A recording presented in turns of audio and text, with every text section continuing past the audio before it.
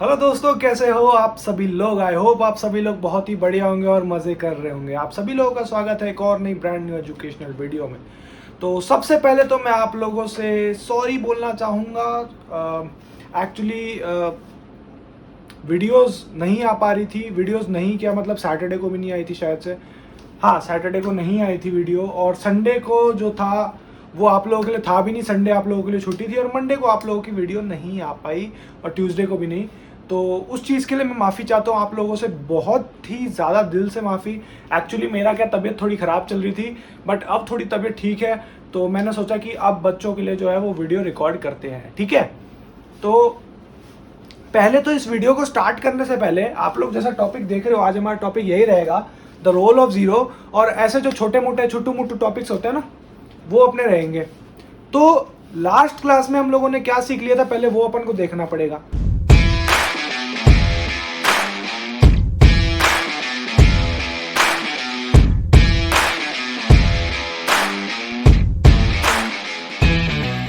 तो मुझे जहां तक याद है, मैंने आप लोगों को लास्ट क्लास में एसोसिएटिविटी का तक का जो सारा टॉपिक था वो आप लोगों को अच्छे से कंप्लीट करा दिया था, है ना। और आप लोगों को कुछ होमवर्क भी दिया था, वो मैं बाद में पूछूंगा क्लास के एंड में। बट होमवर्क आप लोगों को करना है, ये बात मैं अभी भी कह रहा हूँ। जितने भी बच्चे हैं और जो छोटी क्लास की बच्चे हैं ना, उनको टेंशन लेने वाली बात नहीं है, उनका भी हम बेसिक्स क्लियर करेंगे बहुत ही जल्दी। तो वो भी मैं प्लान कर रहा हूँ, लेकिन बट पहले अपन इधर फोकस करेंगे 8th क्लास पे, ठीक है।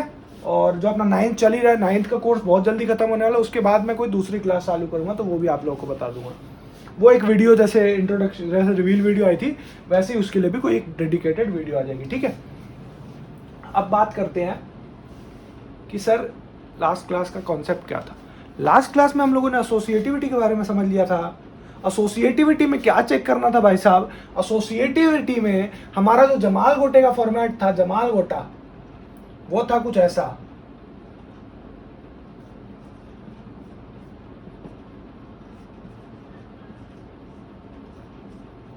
हमारा जमाल गोटा कुछ ऐसे फॉर्मेट का था।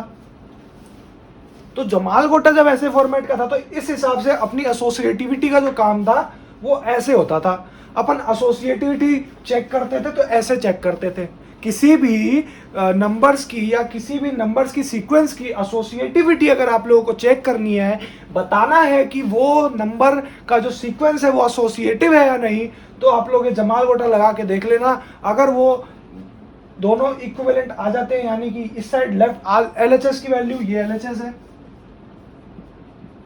और ये अपने पास में आरएचएस। एलएचएस मतलब होता है राइट हैंड, एलएचएस मतलब होता है लेफ्ट हैंड साइड,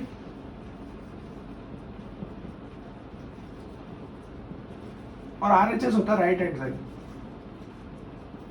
मैथ्स में ये टर्म काफी यूज होती है जब आप लोगों के पास में प्रूफ करने होते हैं। जब LHS equal to RHS prove करना होता है आप लोगों को, तो ये काम आता है। तो आप लोगों को ध्यान रखना है, लेफ्ट हैंड यानी लेफ्ट हैंड वाला साइड ये होगा मेरा। देखो मैं ऐसे ऐसे ऐसे फेसिंग कर रहा हूँ, यहाँ मैं बोर्ड की तरफ फेसिंग कर रहा हूँ, तो मेरा लेफ्ट ये रहा, राइट ये रहा। तो इसका मतलब एलएचएस मेरा ये रहा और आरएचएस मेरा ये रहा। तो इसमें जब भी आप लोगों के पास में एलएचएस इक्वल टू आरएचएस आ गया, तब वो चीज एसोसिएटिव होगी। ये आप लोगों को इसमें समझाया गया था। सारी चीजों का जो सार था वो यही निकला था कि सर मेन बात तो एसोसिएटिविटी की है ना। तो अगर LHS equal to RHS proof हो गया तो हमारे पास में एसोसिएटिविटी आ गई, ठीक है। चलो बहुत बढ़िया।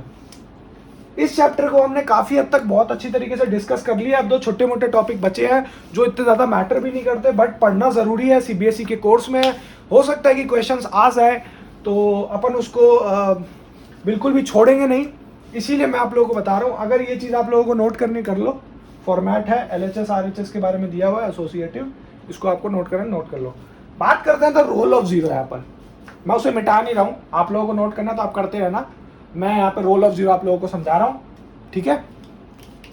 बात करते थे रोल ऑफ जीरो। रोल किसी भी चीज का इंपॉर्टेंस, जैसे एक फिल्म बन रही है, उसमें अलग अलग किरदार होते हैं। किरदार का मतलब इंग्लिश में क्या कहते हैं उसे, रोल या कास्ट। अलग अलग किरदार होते हैं। तो रोल का मतलब यही है कि सर रैशनल नंबर्स वाले जो चैप्टर है उसमें सर जीरो का रोल है क्या। बात ये आई ना, तो रैशनल नंबर्स के चैप्टर में हम लोग 3 एस्पेक्ट्स में चीज़ों को देखते हैं। पहला तो एस्पेक्ट क्या है, होल नंबर्स भाई साहब। दूसरा एस्पेक्ट है हमारे पास में इंटीजर्स का। तीसरा एस्पेक्ट है हमारे पास में रैशनल नंबर्स का। तो जब भी हम लोग होल नंबर्स की बात करते हैं, लेट्स कॉन्सेंट्रेट ऑन दिस। एकदम माइंड एकदम ऐसे ऐसे एकदम है ना खोल के रखो, एकदम खोल के, कान एकदम खोल के रखो। खोल के रखोगे तो आप लोगों को जो टॉपिक है बहुत ही अच्छे से समझ आएगा। ठीक है, चलो बात करते हैं कि होल नंबर्स का क्या है।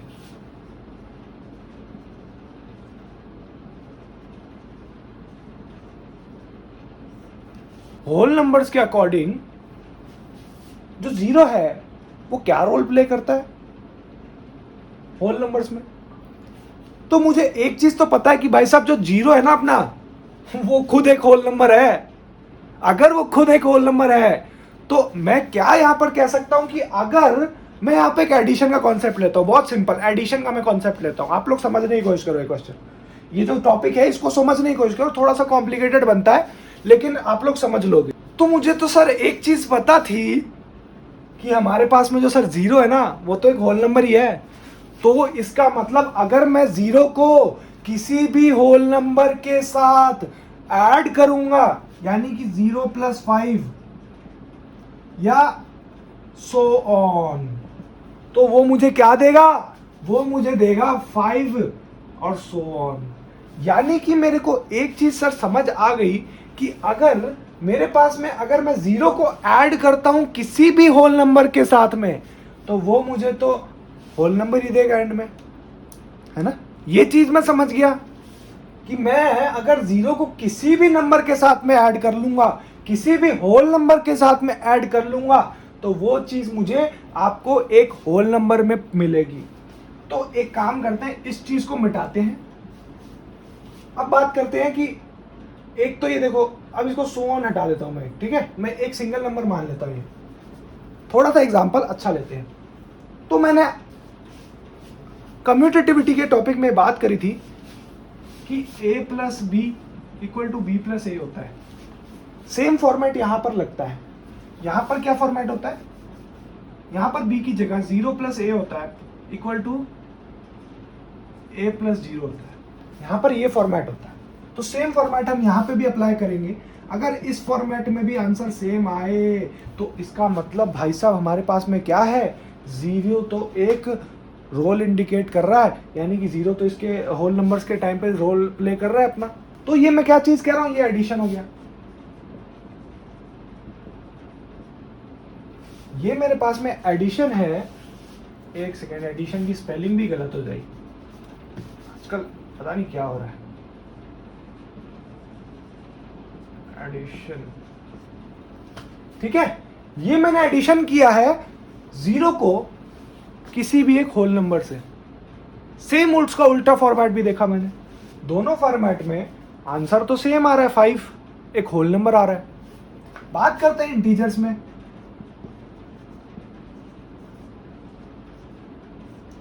ध्यान से समझना इस टॉपिक को, बहुत ही माइन्यूट टॉपिक है, बहुत ही छोटा टुच्चा टॉपिक है, बट ये टॉपिक के हिसाब से आप लोगों का काफ़ी सारे कॉन्सेप्ट्स क्लियर हो जाएंगे। ठीक है, अगर आपके पुराने कम्यूटेटिविटी एसोसिएटिविटी क्लियर नहीं है तो इससे काफ़ी क्लियर हो जाएंगे। ऑल्दो इससे क्वेश्चंस नहीं आएंगे, मुझे पता है फर्स्ट चैप्टर से क्वेश्चंस बहुत कम आने वाले हैं, बट फिर भी आप लोगों को पता होना चाहिए। इंटीजर्स की बात करते हैं। इंटीजर्स में सर माइनस भी आता है प्लस भी आता है। तो मुझे एक चीज़ तो दिख रही है कि अगर मैं इसको जीरो को ऐड कर दूंगा, यानी कि 0 - 5 हो जाए = -5 + 0 हो जाए। बात तो सर यहाँ पर मुझे सेम ही दिख रही है कि यहाँ पे -5 ही आएगा, यहाँ पर -5 ही आएगा। इतना तो मैं समझ गया। अब बात करते हैं रैशनल नंबर्स की।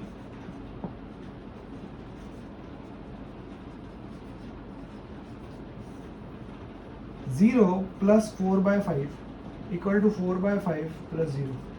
अब मैं जीरो को ये तो नहीं करने बैठूंगा ना यार। मैंने आप लोगों को क्या बोला था, मैंने आप लोगों को बोला था कि डिनोमिनेटर में जीरो नहीं होना चाहिए, न्यूमरेटर में होना चाहिए वाली। लेकिन अगर मैं 4/5 को जीरो से ऐड करूंगा तो मुझे कुछ मिलेगा ही नहीं ना, एक पॉइंट भी नहीं बढ़ेगा, तो मेरे पास में आंसर तो 4/5 ही आएगा। तो इसका मतलब मुझे एक चीज तो यहाँ पर समझ आ गई कि जो जीरो है 0 है, ये चीज है ना, मल्टीप्लिकेशन में कॉमन नहीं है, डिवीजन में कॉमन नहीं है, सब्ट्रैक्शन में कॉमन नहीं है, ये सिर्फ एडिशन में कॉमन है। तो इसका मतलब मैं क्या समझ सकता हूं, मैं एक स्टेटमेंट यहां पर लिख देता हूं, एनसीईआरटी की स्टेटमेंट है, 0 is the additive identity for whole numbers.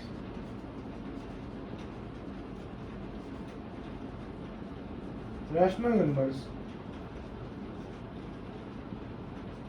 And integers. ये क्या कहना चाह रहा है कि 0 जो है वो आप लोगों के पास में एक एडिटिव आइडेंटिटी है इन तीनों नंबर्स के लिए, इन तीनों सिचुएशंस के लिए, क्योंकि जब भी आप इनको इस फॉर्मेट में करते हो 0 plus A equal to A plus 0, तो ये आपको ए ही देता है, जो कि ए जो है वो है इज अ होल नंबर। ठीक है, ये मैं साइड वाला मिटा देता हूं, मेरे को इसकी जरूरत नहीं है, थोड़ा सा बोर्ड मेरे को चाहिएगा। बात आती है ये भी चीज सर, ये भी यहाँ पे ये भी चीज चेक कर लेते हैं, 0 माइनस, सॉरी ये प्लस में ही होगा भाई, हाँ वैसे भी प्लस में होगा तो ये माइनस ही होगा ना, ये तो ऑलरेडी इसका साइन तो माइनस ही होगा ना, ये प्लस में, सही है सही है सही है, अपना सही है, सही है, उसको चेंज मत करना। 0 प्लस ए है इक्वल टू, सॉरी बी, क्योंकि ए तो होल नंबर होगा ना, 0 प्लस ए और बी प्लस ए 0, तो ये अपने को क्या देगा, ये हमें बी देगा सर। अगर ये हमें बी देगा तो इसको हम क्या कह सकते हैं, बी इज एन इंटीजर। और ये अगर बी इंटीजर है तो रैशनल नंबर्स की क्या चीज आएगी सर, रैशनल नंबर्स में भी सेम चीज लगेगी, 0 प्लस सी इक्वल टू, तो ये सर सी ही आ गया, तो सी इज अ रैशनल नंबर। यानी कि मुझे एक चीज इस रोल ऑफ 0 वाले टॉपिक से एक चीज ही समझ आई कि मेरा 0 का फॉर्मेट अगर ऐसा हो चाहे ऐसा हो, आना तो उसे जो नंबर से ऐड हो रहा है वही नंबर होगा, चाहे वो रैशनल नंबर हो, चाहे वो इंटीजर हो, चाहे वो होल नंबर्स हो, कोई भी नंबर हो, 0 से अगर कोई भी नंबर ऐड होता है, चाहे वो माइनस हो, चाहे वो प्लस हो, चाहे वो कुछ भी हो, आप लोगों के पास में एज इट इज वही नंबर आएगा, ये बात आपको ध्यान देनी है। तो आप लोगों को इस टॉपिक में सिर्फ इतना ही सार है, ये जो कंक्लूजन है इस टॉपिक का वो यही है कि 0 is the additive identity for whole numbers, rational numbers and integers. ठीक है, चलो बढ़िया बढ़िया, आगे बढ़ते हैं, 2-4 छोटे मोटे टॉपिक और हैं और फिर उसके बाद अपन बढ़ते हैं अपने एक्सरसाइज जो है वो उसको खत्म करते हैं। अब आप लोगों के पास में जो आपका नेक्स्ट टॉपिक है वो ये है, the role of 1 number 1। Parents कहते हैं ना आप लोगों को फर्स्ट रैंक लाया करो, और कोई भी आपको चीज होती है तो मेरे को तो फर्स्ट होना है, कुछ भी, तो 1 वही वाला 1। ठीक है, तो रोल ऑफ 1 का सर मतलब क्या हुआ सर, इसमें भी हम ऐड करेंगे क्या? नहीं भाई, सुनो सुनो सुनो, बात को सुना करो, बात को सुना करो, बात आधी अधूरी बात सुनोगे तो आपको ज्ञान नहीं मिलेगा। कृष्ण जी भी यही कह के गए कि आधा अधूरा ज्ञान मनुष्य के लिए हानिकारक होता है, यानी कि आधा अधूरा ज्ञान अगर आप लोगों के पास में होगा तो आप आधी चीज़ तो कर लोगे बट वो उसको कंप्लीट नहीं कर पाओगे, उसे एक अच्छे रिटर्न की तरफ नहीं ले पाओगे। सेम एक आपको बताता हूँ, एग्जाम्पल बताता हूँ, एक इसी चीज़ का आप एक एग्जाम्पल बताता हूँ। आप अभी छोटे बच्चे हो, आप लोगों ने महाभारत नहीं देखी होगी, आप लोगों के मॉम डैड आपको रिकमेंड भी नहीं करते कि महाभारत अभी देखो, बट मैं बोलूँगा कि आप एक लेसन उसमें से देखना, एक वीडियो देखना, वो है अभिमन्यु का, जो चक्रव्यूह का जो उसका लड़ने का था, अभिमन्यु का वॉर, वो आप देखना।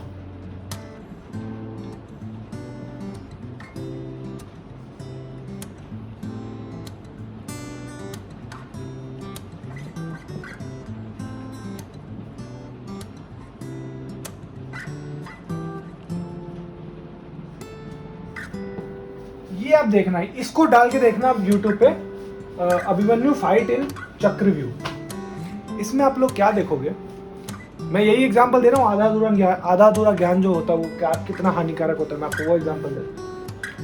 चक्रव्यूह का जब महाभारत हुई थी, तब महाभारत आपको इतना तो पता होगा कि कौरव और पांडव के बीच में हुई थी। क्यों हुई थी, कैसे हुई थी, वो अपन को जानना नहीं, अपन को सिर्फ अभिमन्यु वाला पार्ट जानना है। महाभारत हुई थी, उसमें अर्जुन का जो बेटा था, अर्जुन का जो पुत्र था, वो अभिमन्यु था। अभिमन्यु जो था वो बहुत ही वीर था। वीर बोलते ना, वीर, एकदम स्ट्रॉन्ग था एकदम, उसको मतलब हराना एक तरह से असंभव था उसे। लेकिन क्या हुआ कि जो गुरु द्रोणाचार्य थे ना, जिन्होंने अर्जुन को सिखाया था तीर चलाना, द्रोणाचार्य की कहानी आपने सुनी होगी।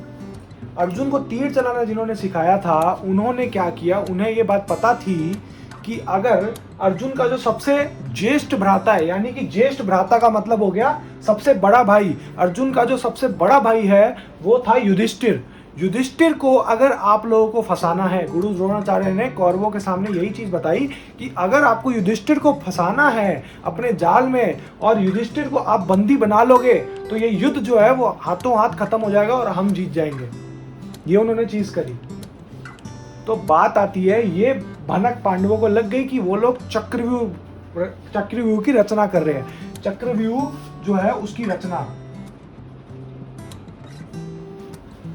का मतलब होता है चक्रव्यूह बना रहे हैं, यानी कि चक्रव्यूह का जो मैप होता है वो पूरा तैयार कर रहे हैं कि कैसे कैसे हमारे सोल्जर जाएंगे और चक्रव्यूह में रहेंगे।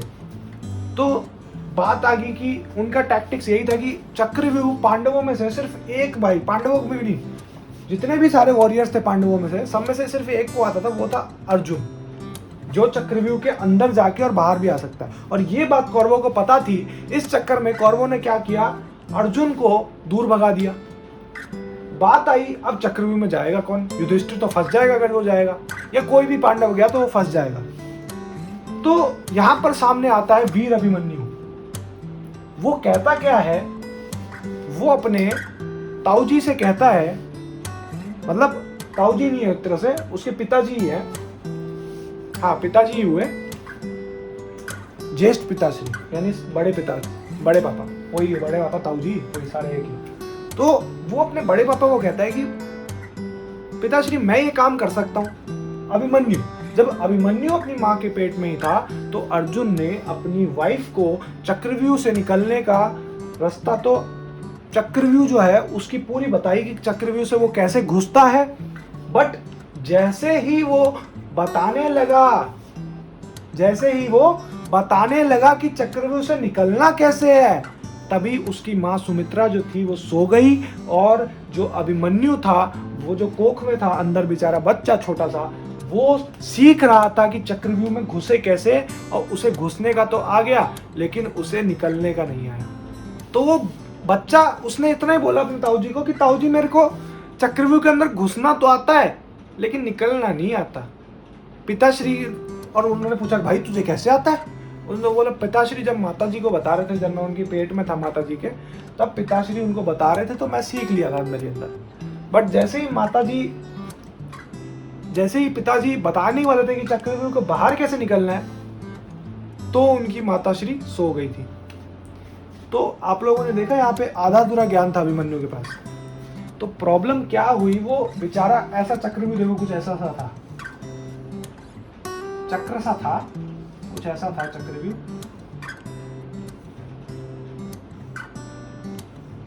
कुछ ऐसा था। अब ऐसे फौज चल रही है, आप सोचो यहाँ पे जो मेन था, ये पॉइंट था, इधर सारे के सारे जितने भी जो लीडर्स थे वो सब के सब यहीं थे, यहीं पे वो बीच में थे एकदम चक्रव्यूह में। तो आप सोच के देखो कि इस चक्रव्यूह में होना कैसे है। तोड़ना सिर्फ अभिमन्यु को आता, तोड़ना सिर्फ अर्जुन को आता था चक्रव्यूह, अंदर घुस के निकलना अब अर्जुन को आता था। अर्जुन को तो वो लोग ले गए दूर, यहाँ पर अर्जुन यहाँ पर है, वो तो चाह के भी चक्रव्यूह के पास नहीं आ सकता, और अभिमन्यु यहाँ था। तो उसने क्या किया, पिताश्री तो नहीं आ पाएंगे तो ये चक्रव्यूह को तो तोड़ना पड़ेगा, वरना ये युधिष्ठिर ताऊजी को यानी मेरे बड़े पापा को ये तो मार देगा। तो इसका मतलब अभिमन्यु ने क्या किया, अभिमन्यु घुस तो गया बेचारा चक्रव्यूह लड़ता गया लड़ता गया लड़ता गया लड़ता गया लड़ता गया, अच्छे से एकदम अर्जुन की भांति वो लड़ रहा था बच्चा, अर्जुन की भांति लड़ रहा था लड़ रहा था लड़ रहा था, और वो चक्रव्यूह के अंदर तो घुस गया। यहाँ पे उसने प्रवेश कर लिया। लेकिन जैसे मैंने आपको बताया आधा अधूरा ज्ञान की वजह से वो बेचारा एग्जिट कर ही नहीं पाया और उसको यहीं पे मार दिया। तो अभिमन्यु जो था वो यहीं पे डेड हो गया और उसको बेचारे को चक्रव्यूह का नहीं आता था। तो इसीलिए मैं आप लोगों को यही बात कह रहा हूँ, इस कंक्लूजन से, इस कहानी से एक छोटी सी बात पता लगती है कि आधा अधूरा ज्ञान लेना बहुत ही घातक चीज़ है। मतलब या तो ज्ञान हो ही ना, और हो तो पूरा हो, आधा अधूरा कभी ना हो। ये मैं आप लोगों को कहना चाहता हूँ। तो आप लोग क्या है ना, कभी को कल देखो ऐसे आप लोगों को मूड करेगा कि सर की क्लास बोरिंग हो रही है, वीडियो नहीं लेते, मैं आप लोगों को फोर्स नहीं करूँगा। लेकिन उस क्लास में अगर क्या पता एग्जाम में अगर 3 क्वेश्चन ही वो आ गए और जो चैप्टर आप पढ़ के गए उसका एक भी क्वेश्चन नहीं है, मेरे साथ ऐसा हो चुका है। जो चैप्टर मैं पढ़ के गया था बोर्ड एग्जाम्स में उसका एक भी चैप्टर नहीं आया, और जिसको मैंने इतनी अच्छी तरीके से नहीं पढ़ा था उसके 3-3 क्वेश्चन आ गए थे एक चैप्टर के। वो तो अच्छा हुआ कि परफेक्ट जोन में थे तो मैंने कर लिए थे सब, लेकिन अगर नहीं होते तो इसीलिए मैं आपको कह रहा हूँ जितना अपन को करना है वो पूरा का पूरा करना है। आधा अधूरा तो बिल्कुल मत छोड़ो। आधा अधूरा ज्ञान आदमी के लिए घातक होता है, ये आप माइंड करके रख लो कि आधा अधूरा जो ज्ञान होता है वो मनुष्य के लिए हानिकारक होता है। या तो बिल्कुल ही ज्ञान ना हो और या तो पूरा ज्ञान हो। चलो ज्ञान की बात थोड़ी ज्यादा ही होगी। चलो बात करते हैं कि रोल ऑफ जीरो का मतलब क्या हो। सर रोल ऑफ जीरो तो सर हम समझ गए, रोल ऑफ 1 का मतलब क्या हुआ। 1 का मतलब होता है कि सर 1 को भी ऐड करेंगे, नहीं भाई नहीं, 1 को ऐड नहीं करेंगे। 1 को हम क्या करेंगे, मैं मानता हूँ 5 को इंटू करता हूँ 1 से, तो मुझे एक चीज दिख रही है, अगर मैं 5 को 1 से इंटू करूं या 1 को 5 से इंटू करूं बात तो एक ही बनती है। सेम चीज अगर मैं रैशनल नंबर के साथ भी करूं 4/8 के साथ इंटू 1 करूं या माइनस का 4/8 इंटू 1 करूं बात तो एक ही बनती है। और सेम चीज अगर मैं 4/9 करूं into 1 plus equal to 4/9 into 1 equal to plus का 1 इंटू 4/9 बात तो यहाँ पर भी एक ही बनती है। तो मुझे एक चीज तो समझ आ गई, ये जो रोल ऑफ 1 है यानी कि 1 जो है 1 is the multiplicative inverse of rational numbers.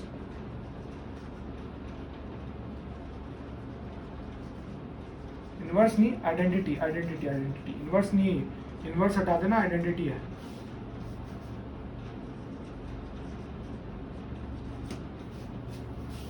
ठीक है, ये कंक्लूजन आया हमें कि जो 1 है ना हमारे पास में सर वो है मल्टीप्लिकेटिव का मतलब कि अगर हम 1 को किसी भी रैशनल नंबर से इनटू करते हैं यानी किसी भी रैशनल नंबर से उसे मल्टीप्लाई करते हैं तो उसका जो आंसर आता है वो सेम ही रहेगा जो कि रैशनल नंबर रहेगा। इसीलिए 1 को हम multiplicative identity of rational numbers बोलेंगे। ठीक है, यहाँ पे आप लोगों के पास में आपका टॉपिक खत्म हो चुका है ये वाला। तो बढ़ते हैं अगले टॉपिक की तरफ। तो अब जो हमारे पास में अगला जो अपना टॉपिक है इन दोनों टॉपिक्स के बाद में वो है negative of a number.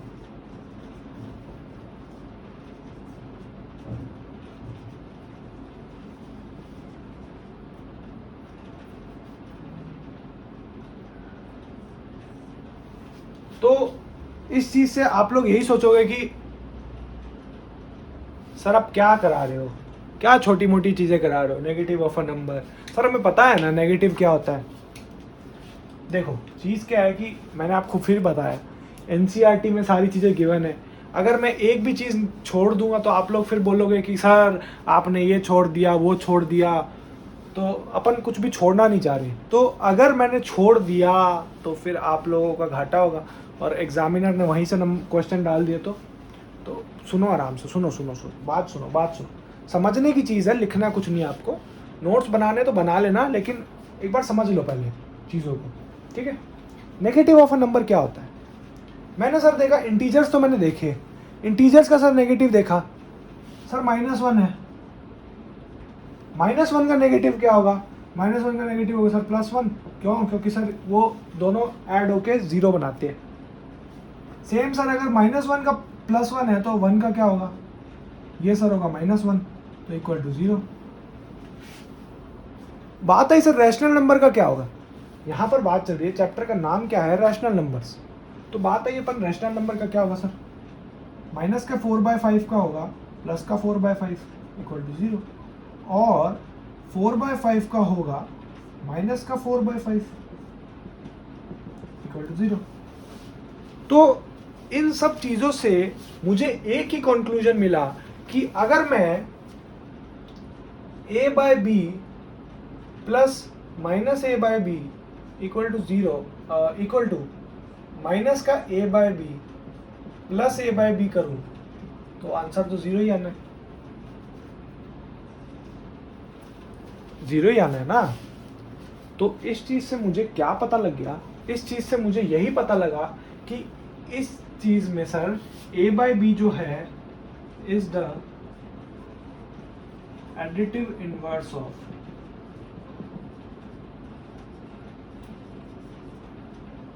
Minus का a/b, और इस वाली चीज़ से ये पता लगा कि माइनस का a/b is the additive inverse of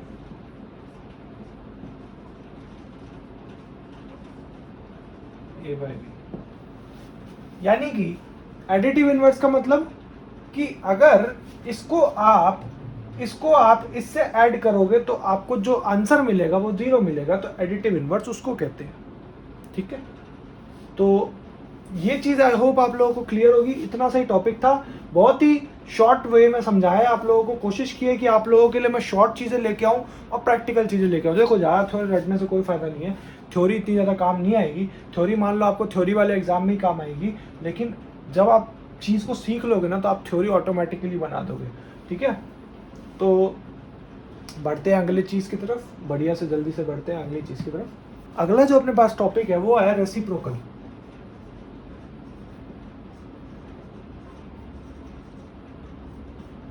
अब आप लोग बोलोगे सर ये रेसिप्रोकल क्या चीज़ है, रेसिप्रोकल सर पता नहीं सर ये क्या चीज़ है, आप पता नहीं क्या क्या पढ़ा रहे हो। देखो देखो देखो, रेसिप्रोकल बहुत ही सिंपल सा टॉपिक है, इसमें आपको समझना कुछ नहीं है। रेसिप्रोकल का मतलब आप लोगों को बता दो, रेसिप्रोकल होता है a/b जो है वो इक्वल टू क्या होगा, a/b का मतलब क्या हुआ भाई साहब, a/b जो है वो आप लोगों के पास में किसका रेसिप्रोकल होगा, वो आपके पास में is the reciprocal of b/a। Reciprocal का मतलब सिर्फ इतना ही होता है कि अगर a/b है तो वो b/a होगा, यानी कि a/b का रेसिप्रोकल क्या होगा, b/a, और b/a का रेसिप्रोकल क्या होगा, a/b। तो ये इतना सही चीज़ है। जैसे मान लो 7/21 है तो उसका रेसिप्रोकल क्या होगा, रेसिप्रोकल होगा 21/7। सेम अगर माइनस का है 4/5 तो उसका रेसिप्रोकल क्या होगा, माइनस का 5/4। तो बस रेसिप्रोकल की चीज़ यही है कि उल्टी कर दो आप लोग, उल्टा उल्टा उल्टा कर दो और उसे अपन रेसिप्रोकल कहते हैं। रेसिप्रोकल का मतलब यही होता है कि उल्टी उल्टी उल्टी उल्टी उल्टी उल्टी का मतलब होता है रेसिप्रोकल। ठीक है, उल्टी पलटी ये आपने सीखा ना, तो उसे कहते हैं रेसिप्रोकल। बस इतना सा टॉपिक है रेसिप्रोकल का, कोई इतना ज़्यादा टफ टॉपिक नहीं है। मैंने आप लोगों को पहले भी कहा था कि अब जो है वो इस चैप्टर में छोटे मोटे टॉपिक्स बच रह गए, तो ये चैप्टर अब ख़त्म ही है। मेजर जो टॉपिक्स थे वो अपना वही था, एसोसिएटिविटी कम्यूटेटिविटी, वो ख़त्म हो चुका है, और उसके ख़त्म होते ही अपना जो चैप्टर है वो बहुत ही आसानी से ख़त्म हो जाएगा। देखो अब आप लोगों के पास में एक टॉपिक आता है कि distributive of multiplication over addition for rational numbers. बात ये आती है, तो इसका मतलब सर मैं क्या कहना चाह रहा हूँ, देखो जैसे अपन ने एसोसिएटिविटी में जो जमाल गोटा आप लोगों को बताया था, वैसे ये है पलटीमार मेथड।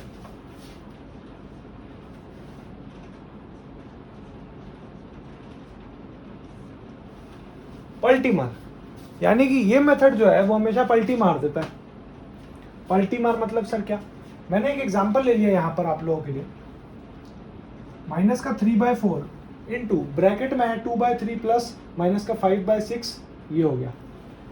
एक बार तो मेरे को ऐसे सॉल्व करना है, एक बार मुझे सॉल्व करना है ऐसे। तो अब देखते हैं कैसे सॉल्व होता है जल्दी से। इसे इक्वल टू में लगाते हैं और अपना जो a है उसे मैं इनटू कर देता हूँ b के साथ में इंटू 2/3 और जो प्लस में कर देता हूँ और जो अपना ये है माइनस का 3/4 उसको इनटू कर देता हूँ माइनस का 5/6। ठीक है, ये हो गया। अगर इन दोनों का सम इक्विवेलेंट आया तो इसका मतलब ये पल्टीमार मेथड सिद्ध हो गया, और अगर इन दोनों का जो है वो अलग अलग आया तो ये नहीं सिद्ध नहीं हुआ। तो देख लेते हैं, माइनस का 3/4 इंटू ये आप लोगों के पास में आ गया 6 एलसीएम, और ये 3 2 6 यानी 4 माइनस का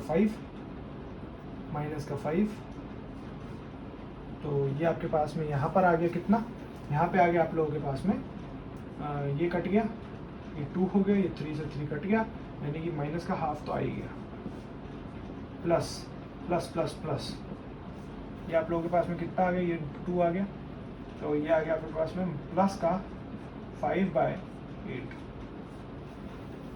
ये आ गया आप लोगों के पास में माइनस का 1/6, यानी कि माइनस का 3/4 इंटू माइनस का 1/6। वेट अ सेकेंड, ठीक है, ये आ गया इक्वल टू माइनस का हाफ प्लस का 5/8, ये हो गया आपके पास में माइनस का 2, यानी कि माइनस का 1/8 सॉरी प्लस का 1/8 इक्वल टू ये हो गया आप लोगों के पास में एलसीएम लेके 8 और माइनस का 4 प्लस 5, ये आ गया 1/8, ये भी आ गया 1/8। एक चीज़ आप लोगों को क्या समझ आई इस चीज़ से कि सर जो हमारा पल्टीमार मेथड था वो तो यहाँ पर सर प्रूफ हो गया, तो इसका मतलब सर ये जो एग्जाम्पल हम लोगों ने एक लिया था वो तो सर हमारे पास में सही हो गया। हाँ जी बिल्कुल, ये आप लोगों के पास में अगर इक्विवेलेंट आ गया तो ये सही हो गया। तो डिस्ट्रीब्यूटिव ऑफ मल्टीप्लिकेशन सिर्फ इतना ही है कि जब तक अगर कोई नंबर 3 नंबर है वो हमसे अगर डिमांड करेंगे कि भाई हम तो तुम्हारे पल्टीमार मेथड के थ्रू प्रमाणित हैं, तो हम बोलेंगे भाई तू टेंशन वेंशन मत ले, हम तो दोबारा चेक लेंगे, हम क्योंकि नए अधिकारी आए हैं, पुराना अधिकारी अब गया, अब हमारा नया फॉर्मूला आया है, हम उससे चेक करेंगे कि तू भाई साहब पल्टीमार मेथड का जो हकदार है वो नहीं है या नहीं है, तो वो आप लोगों के पास में पल्टीमार मेथड से आ जाएगा। तो आप लोगों को क्या करना है, इस चीज़ को अच्छे से नोट डाउन करना है अपनी नोट्सबुक में, और आप लोगों के पास में जो है एक्सरसाइज 1.1 की जो जितनी भी थ्योरी का पार्ट है वो आपका सारा खत्म हो चुका है। अब आप लोग एक्सरसाइज 1.1 अच्छा से सॉल्व कर सकते हो। 2 क्वेश्चंस कराऊंगा मैं और उसके बाद फिर अपन लेक्चर को खत्म करते हैं। तो एक तो आप लोगों के पास में सवाल आएगा कि एडिटिव इनवर्स वाला सवाल, राइट, एडिटिव इनवर्स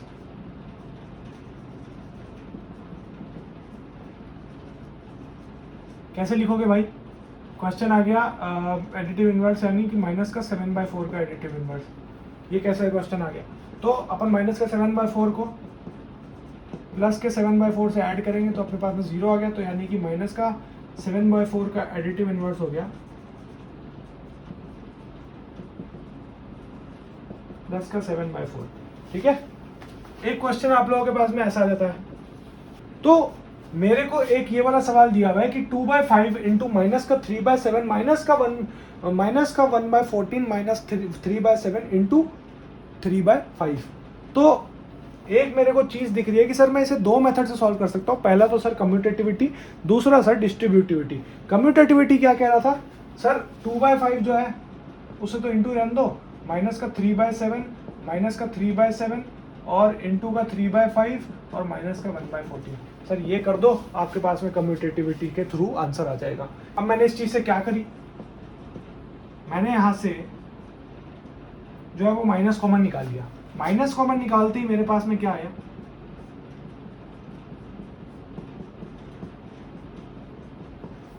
ये आ गया। अगर कुछ ऐसा बन गया तो अब मैं क्या कर सकता हूं, अब मुझे पता लग गया है कि सर डिस्ट्रीब्यूटिव का यहाँ पे काम पड़ेगा। तो सर मैं माइनस का 3/7 तो सर मेरे पास कॉमन है तो मैं वो बाहर निकाल लेता हूँ। कॉमन निकालते ही मेरे पास में क्या आ गया, 2/5 प्लस 3/5 माइनस का 1/14। कुछ ऐसा ही फॉर्मेट बन रहा है ना, ऐसा फॉर्मेट बनेगा तो ही तो अपना काम होगा। ठीक है, ऐसा फॉर्मेट बन गया सर, हमने ये सॉल्व कर लिया 5/5 यानी कि 1 आ गया सर ये तो माइनस का 3/7 माइनस का 1/14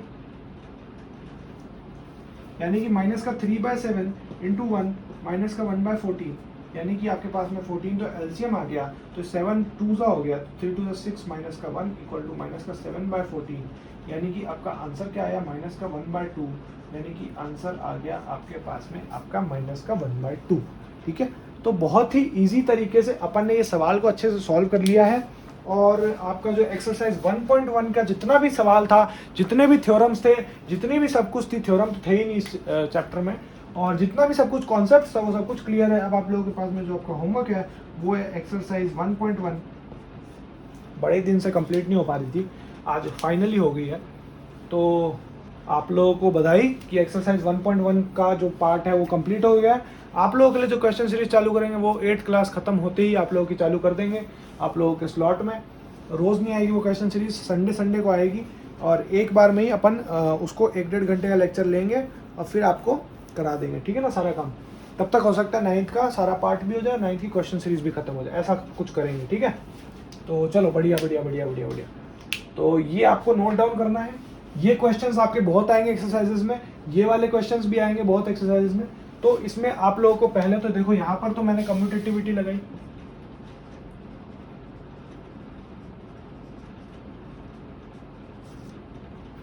थोड़ा लिखने में थोड़ा वो हो रहा है कम्यूटेटिविटी, थोड़ा बड़ा सा यहाँ लिख देता हूँ ना।